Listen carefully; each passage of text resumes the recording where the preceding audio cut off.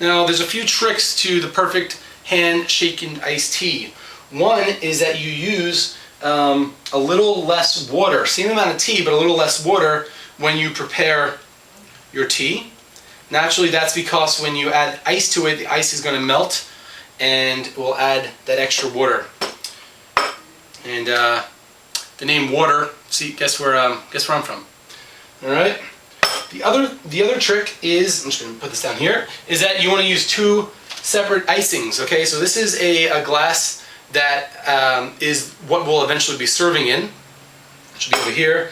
And this ice will be going in here to cool down and bring this hot mate mint to a iced mate mint, or mint mate. Potato. Also, guys, oh man, we just don't have time.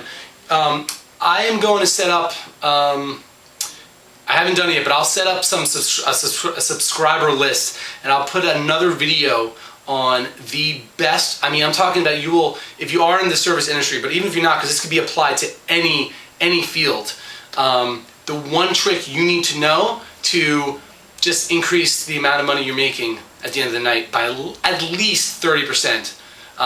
When I started doing this, I was getting at least 50%, sometimes doubling my money compared to other servers. And it's so simple. It's something you do right at the end of the meal, and I'll do a full-on video. So sign up. It might, you know what? The sign up will be out by today, but the video might take me a couple extra days to produce. So I really want to go into the psychology of it. Again, only do that if you're going to take action on it. All right? Because otherwise, just make some iced tea. All right. So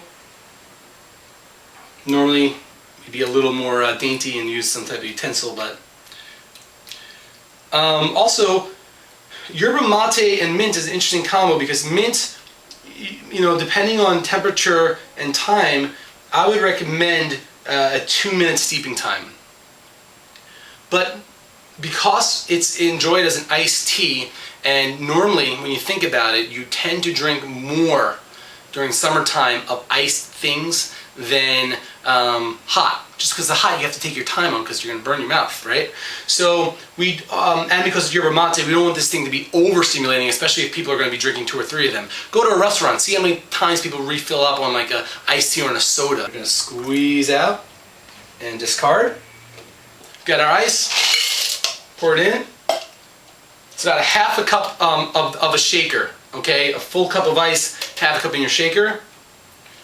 And as soon as this hits, it should cool down that ice. It should cool down the tea. The ice will cool down the tea. All right, give it a couple swirls. Now, I lost my pint glass, so I'm just using a rocks glass, but it should fit. Hopefully, good. And just start shaking. Not only is this the freshest way and probably most likely the fastest way to make fresh brewed iced tea, but it's also the most eloquent way, especially if you have guests, friends, family coming over.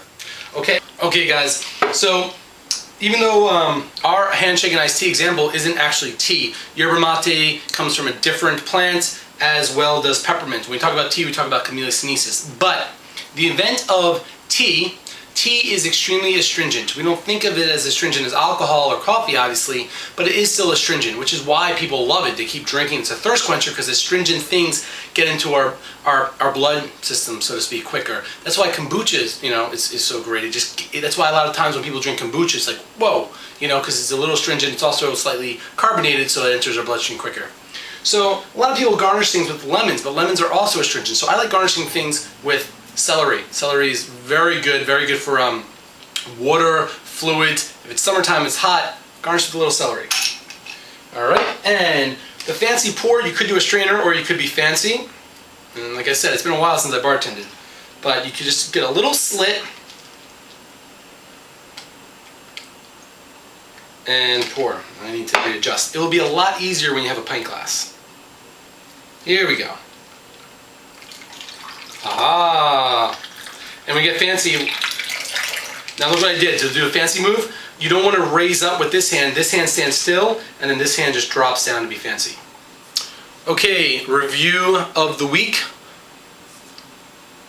The 4-Hour Work Week by Ferriss. Man, this video is for action, but if it was for accolades, we'd have about a 5-part series of me thanking Tim for this freaking book of just joy. Totally changed my life. I went from working 2.5 jobs with my little itty business on the side, like a little pipe dream, to within 2 months, self-sufficient, leaving all my other jobs, focusing on my business. 2 to 6 months after that, having financial freedom. 2 years after that, being in this video talking to you guys. Okay, so anyway, 4-hour work week's amazing, but that's the review. It's amazing. Here is the action. All right, so we already established the 4-hour work week is amazing, but I wanted to give you an actionable tidbit from this book that you could apply for at least a few days to see if it's effective or not, and then decide if you want to get this book. All right, so we're doing things in reverse. Usually people say, oh, get the book, get the book. What happens? You have 50 books on self-improvement with no improvement because you're not actually doing it, okay? So this is the actionable step from this book. This is just one, but it's very important for this episode because it relates perfectly. Parkinson's law, and it dictates that that a task will swell in perceived importance and complexity in relation to the time allotted for its completion. Let me explain in relatable terms, all right? When you were in school, the teacher said you have a paper due 3 weeks from now.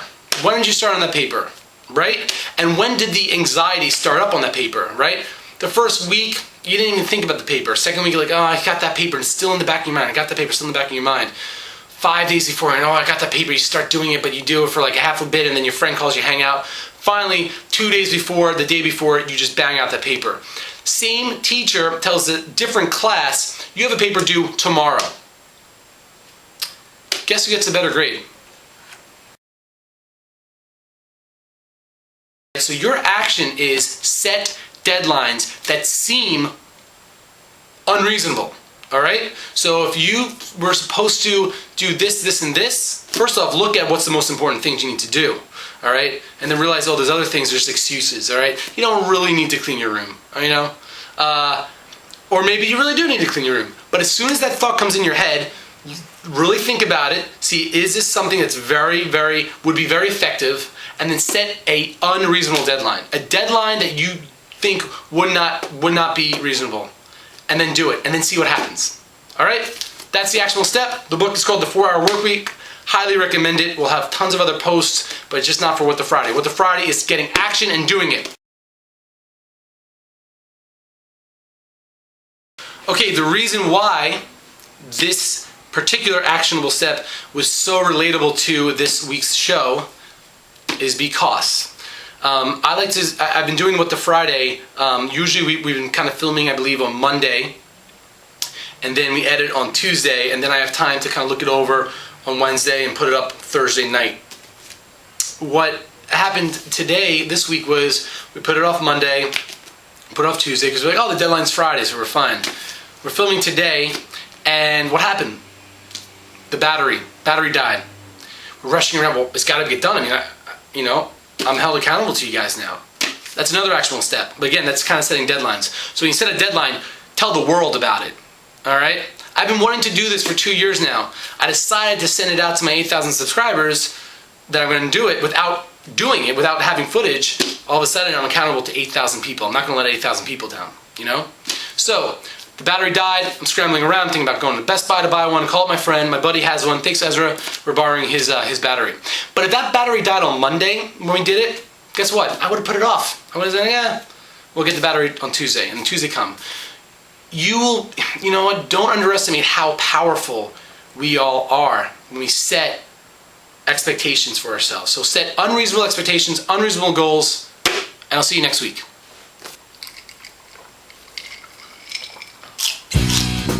I really like.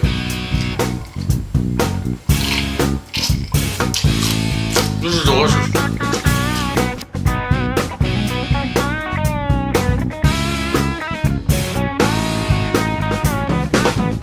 I know many people only chasing after lust. The love parts before it even starts, but that ain't gonna happen to us. You got the sweetest things that I've ever seen.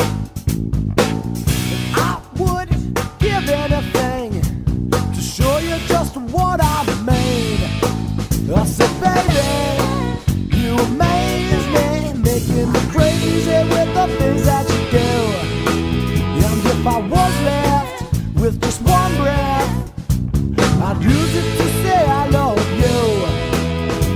Honey, you're so money. It sounds so funny, but you know that it's true. That if I was